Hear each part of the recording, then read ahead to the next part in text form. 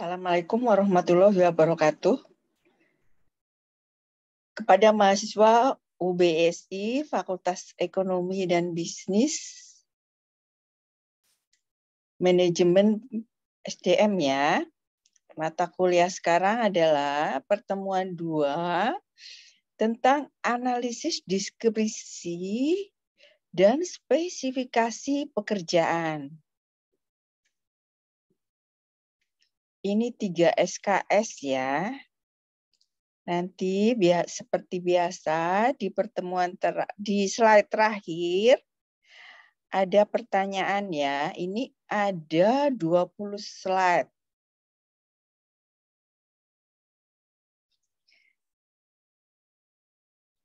Capaian pembelajaran mata kuliah MSDM pertemuan 2 mampu merumuskan sistem perencanaan SDM secara mandiri pada level operasional di berbagai tipe organisasi. Kemudian subcapaian pembelajaran mata kuliah, mahasiswa mampu menjelaskan dan mengidentifikasi analisis, deskripsi, dan spesifikasi pekerjaan. Materi pembelajarannya mengidentifikasi pengertian analisis pekerjaan, metode mengumpulkan informasi analisis pekerjaan, menuliskan deskripsi pekerjaan, menuliskan spesifikasi pekerjaan, pengertian analisis pekerjaan. Analisis pekerjaan menurut Gary Disler 2004 halaman 70 adalah prosedur untuk menentukan tanggung jawab dan persyaratan keterampilan dari sebuah pekerjaan dan jenis orang yang harus dipekerjakan untuk pekerjaan tersebut. Menurut Henry Shimamura tahun 2006 halaman 80, analisis pekerjaan adalah proses mengumpulkan dan pemeriksaan atas aktivitas kerja utama di dalam sebuah posisi serta kualifikasi atau keahlian, pengetahuan, kemampuan, serta sifat individualnya yang diperlukan untuk melaksanakan aktivitas ini. Tujuan analisis pekerjaan. Pertama, sesuaikan jumlah pelamar dan pekerjaan yang tersedia. Kaji jumlah lamaran yang masuk dengan lowongan yang tersedia. Sesuaikan jumlah pelamar dan pekerjaan yang tersedia sehingga tidak terjadi kesenjangan antara kebutuhan dengan lamaran yang tersedia. Kemudian yang kedua, rancang pendidikan dan pelatihan untuk karyawan baru maupun karyawan sudah berpengalaman. Bagi karyawan baru, pendidikan dan pelatihan dapat memberi bekal pengetahuan yang dapat diaplikasikan ke dunia kerja. Sedangkan untuk karyawan yang berpengalaman dapat meningkatkan kemampuan untuk melaksanakan pekerjaan saat ini maupun di masa yang akan datang. Kemudian yang ketiga, penempatan karyawan sesuai dengan minatnya. Penempatan karyawan yang sesuai minatnya akan meningkatkan etos dan motivasi kerjanya sehingga pekerjaan itu dapat dinikmati. Yang keempat, tentukan kinerja atau prestasi realistis, menetapkan standar kinerja sebagai tolak ukur dalam penilaian prestasi kerjanya.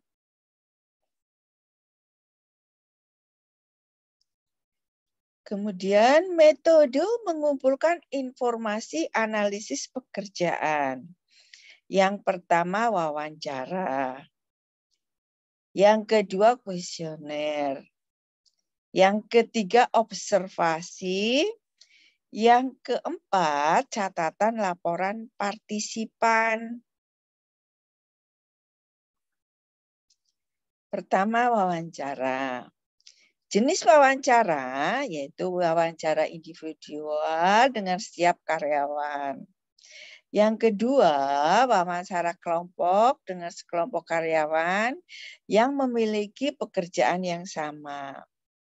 Yang ketiga, wawancara dengan satu atau banyak penyelia yang mengetahui pekerjaan tersebut.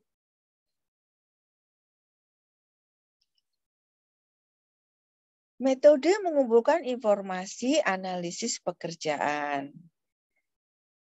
Ada kuesioner, daftar pertanyaan yang disusun secara sistematis mengenai informasi yang dibutuhkan tentang jenis tugas, rincian tugas, tanggung jawab, karakteristik petugas yang dibutuhkan, kondisi kerja, ciri kesehatan dan keselamatan kerja, standar untuk kerja, dan lain-lain. Kemudian observasi, melakukan pengamatan secara langsung ke lapangan untuk melihat kegiatan-kegiatan yang akan dijadwalkan.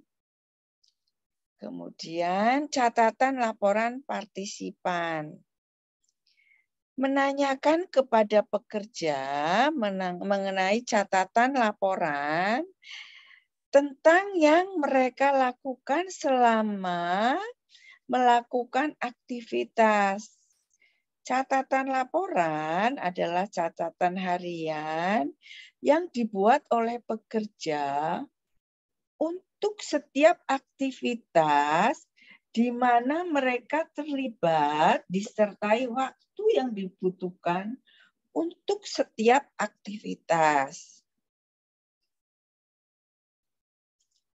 Desain pekerjaan.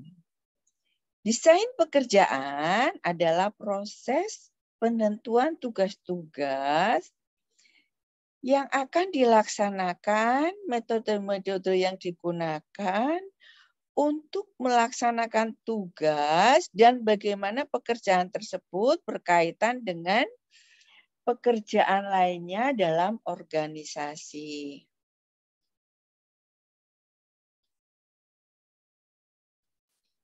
Faktor yang mempengaruhi desain pekerjaan. Ini ada individu, teknologi yang digunakan, kemudian struktur organisasi, yang keempat biaya atau anggaran, yang kelima variabel internal.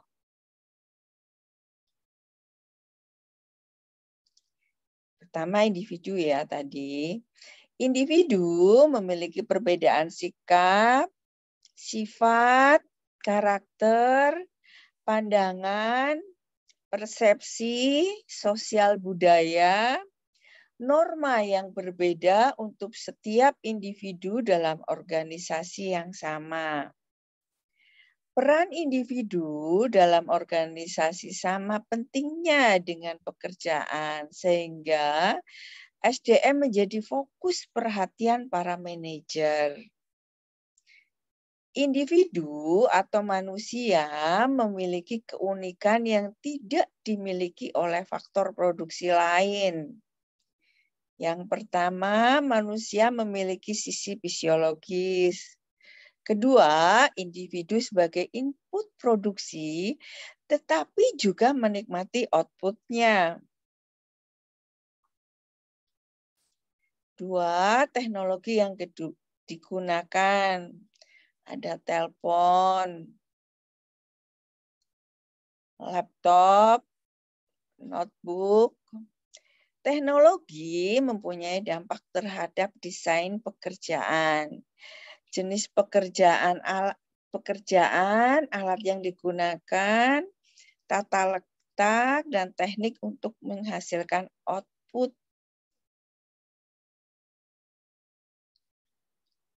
Yang ketiga, struktur organisasi.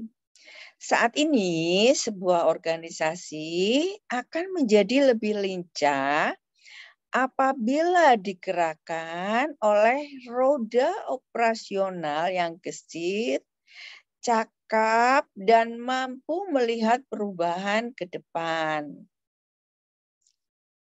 Struktur organisasi yang efektif akan mempermudah pengawasan. B.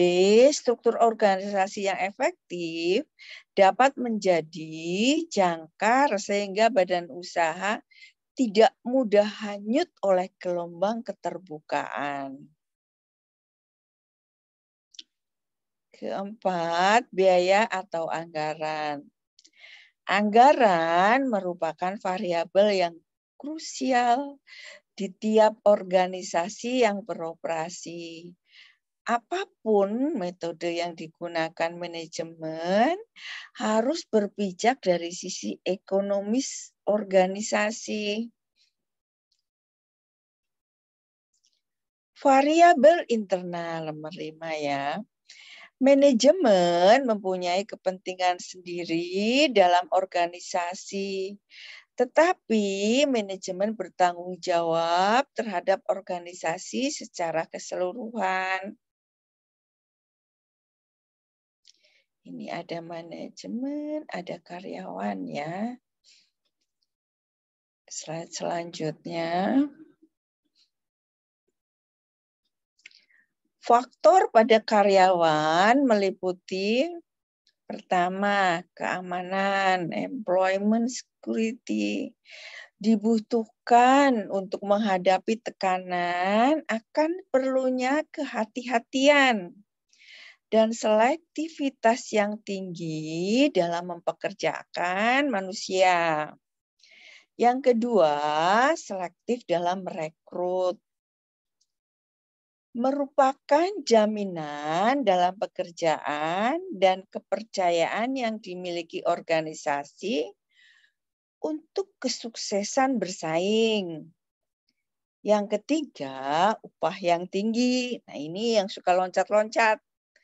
Dari satu pekerjaan ke pekerjaan lain gara-gara UUD. Bagi organisasi yang ingin mempekerjakan karyawan berkompeten, kompensasi yang tinggi merupakan salah satu kunci. 4. Pembayaran insentif. Bahwa pekerjaan dan kepuasan kerja karyawan akan sangat bergantung pada insentif sebagai salah satu faktor motivasi.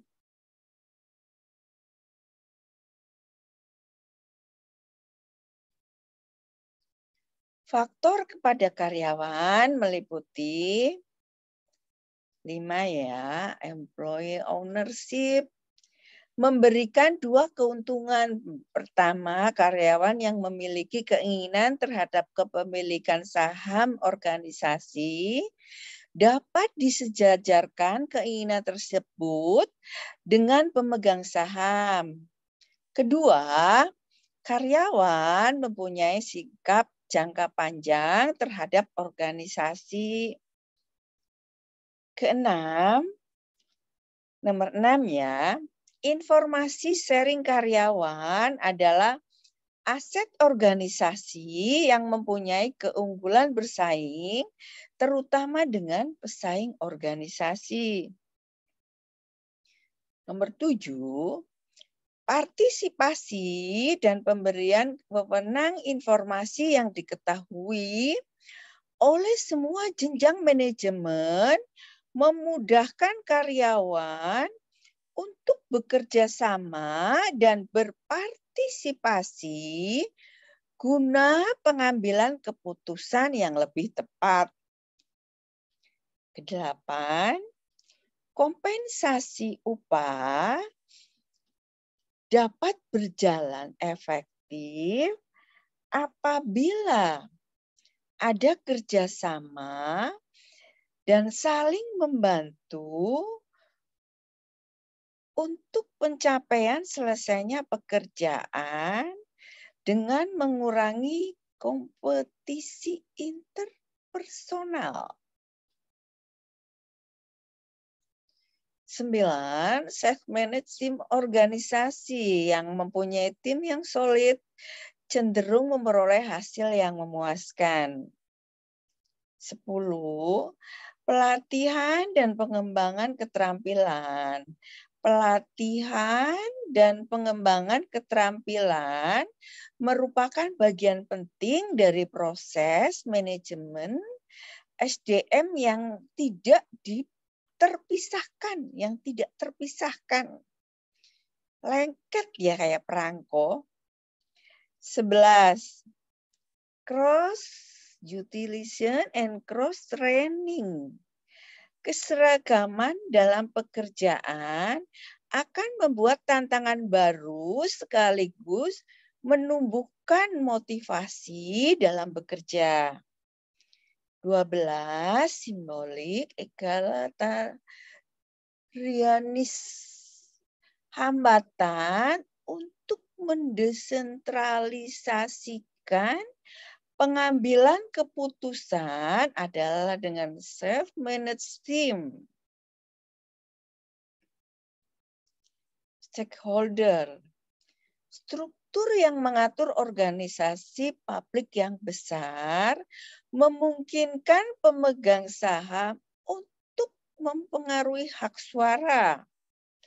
Berbagai pihak yang terkait dengan pengoperasian suatu organisasi diantaranya, pertama, pemerintah atas pajak ya. Ya iyalah. Nomor 2, pemegang saham atas nilai organisasi dan atau dividen serta hak suaranya. Nomor 3, pemberi pinjaman atas kesamaan pengembalian pinjaman organisasi. Yang keempat, karyawan atas gaji. Keadilan dalam kenaikan gaji dan posisi. Ini takdir juga ya kalau udah hubungannya dengan posisi urusannya Tuhan sebenarnya.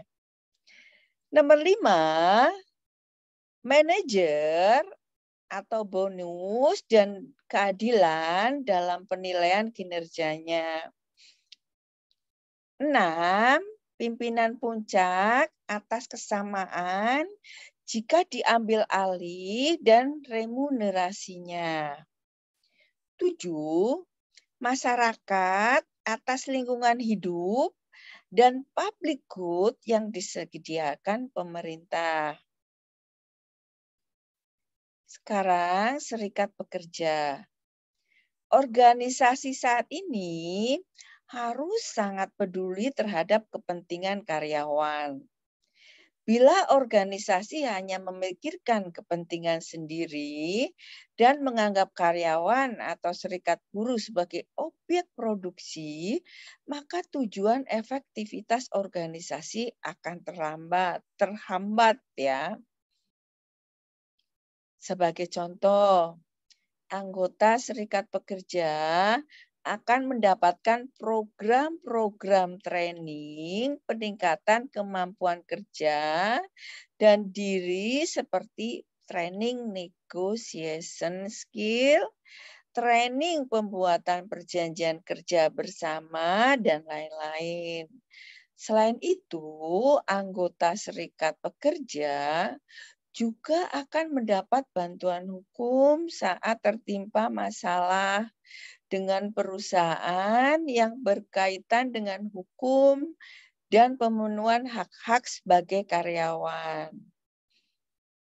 Yang terakhir soal latihan ya. Nomor 1, Tujuan analisis pekerjaan yang dipelajari dalam teori tanda tanya. Nomor 2, ada beberapa metode pengumpulan data untuk analisis pekerjaan, yaitu wawancara, observasi, catatan laporan partisipan, dan titik-titik.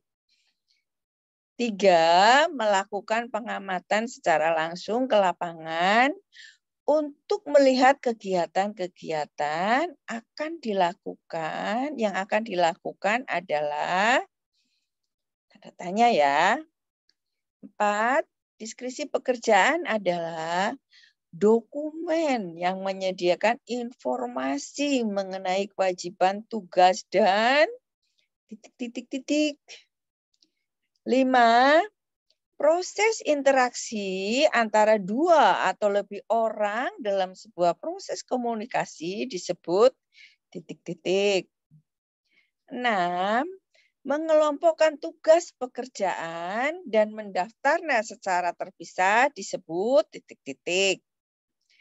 7, proses interaksi antara 2 atau lebih orang dalam sebuah proses komunikasi disebut titik-titik. 8, mengelompokkan tugas pekerjaan dan mendaftarnya secara terpisah disebut titik-titik.